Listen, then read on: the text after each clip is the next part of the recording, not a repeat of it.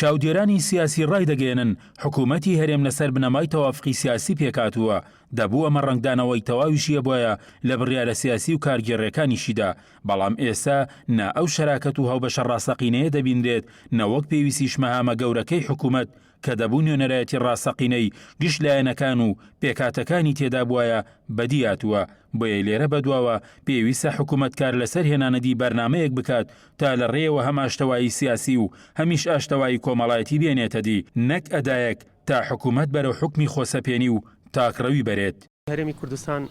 بە قەیرانکی گەورەدا گوزەرەکەوە تێتە بەڕێ وەم قەیرانە ڕۆژانە دەبینین کە قوڵتر دەبێتەوە هۆکاری ئەوەی کە حکوومەت لە هەمە گەورەکەی دوور دەکەوێتەوە کە ئەویش نوێنەرایەتیکردنی سەرجەم کۆمەڵانی خەڵکی کوردستان و سەرجەم پێکاتە سیاسیەکان. ئەم حکوومەتە لەسەر ئەساسی پێکاتی سیاسی و تەوافقاتی سیاسی دروست بووە لەبەرەوە دەبێت پێش هەمووشت ڕەچاوی ئەو تەوافقات سیاسی بکە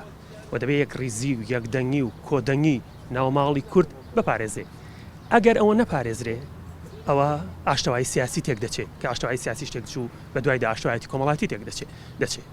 لێرەوە دەبێت ئەرکێکی گەورە لەم قۆناغەت هەستیارەدا کە کۆمەڵگا هیلاکە خەستەیە بەدەست قەیرانی داراییەوە دەبێت حکوومەتی هەرێمی کوردستان هەنگاوی پراکتیزەیی بنێت بۆ یەخستنی ناوماڵی کورد و جۆگرتن لە پێکاتە سیاسەکان و دروستکردنی ئاشتەوایەتێکی سیاسی و دروستکردنی یەک تیمی بەهێز کە کۆمەڵانی خەڵکی کوردستان و سەرجەم لایەنە سیاسەکان لە پشتی ئەم حکوومەتەوە بن بۆ چارەسەرکردنی قەیرانەکانی لەگەڵ بەغدادە چکە بەغداد بێشک دەزانێت کە ئێستا ناوماڵی کوردی لە لێکترازان نزیک دەبێتەوە و پێکاتە سیاسەکان بەیەکەوە هاو ئاهەنگ و هاو ئاواز نین ئەگەر حکوومەت بیر لە تاگەڕەوی بکاتەوە بیر لە خۆسەپێنی بکاتەوە بیر لەو بکاتەوە کە هێزێکی سیاسی بتوانێت ئەم حکوومەت ڕانیە بکات ئەوە بێشک دەکەوێتە هەڵەیەکی کوشندە و گەورە و کوردواتانی سەرجەم ڕیسەکەمان لە دەبێتەوە بەخوری. چاودێرێکی سیاسی ئاماژە بەوە دەدات لە هەر کێشە و ململانەیەکی سیاسیدا زەرمەندی یەکەم خەڵک و وڵاتیان دەبێت بۆیە دەکرێت حزب وەک ئامراز و ئامانج تەماشا بکرێت نەک هەژمونی حزب تێکەڵاو بەکاری حکومی بکرێت و لە بەرژەوەندی حزب و لایەندا بەکار بێندێت کە دەرەنجام زیان لە ناو ناوبانگی ئەزمموی حکومداری دەدات و پردی پەیوەندی نێوان حکوومەت و هاوڵاتیش بەرەودا ڕوخان دەبات. هەر کاتێک هەر لایەنێک لە دەسەڵاتە بێ ئەم لایەنە ئیتر هەر فکرەوە بۆ چوونێک و ئایدایەک لە دوایەوە هەبێ و تەبەنی هەر بۆ چوونێک بکە ئەگەر تپی وا بێ ئەبێ بە خۆسەپێنی بێ بە تاگڕەوی بێ بە قۆرەخکاری بێ بە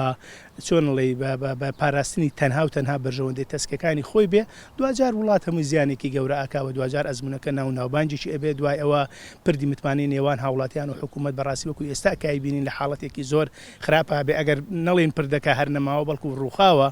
و لەولاوە حاڵەتێکی تر ئەوەیە کە دوجار وڵات پێش ناکەوێت. لە ئێستادا هەرێمی کوردستان بە چەندین قەیرانی سیاسی و ئابووری گەورەدا تێپەڕ دەبێت هەر بۆیە ئەرکی هەموو لایەنە سیاسیەکانە پێکەوە لە دەوری یەک هێڵی گشتی کۆ ببنەوە کە لە قازانج و بەرژەوەندی هەموو لایەکدا بێت نەک بیرکردنەوە لە جۆرە سیاسەتکردنێک کە دەرەنجام زیانی گەورە بۆ ناوبانگی ئەزمموی حکومڕانی لە هەرێم و دوورکەوتنەوە و لێکترازانی نێوماڵی کوردی لێ بکەوێتەوە. گۆران سەید نووری، گەلی کوردستان، سلێمانی.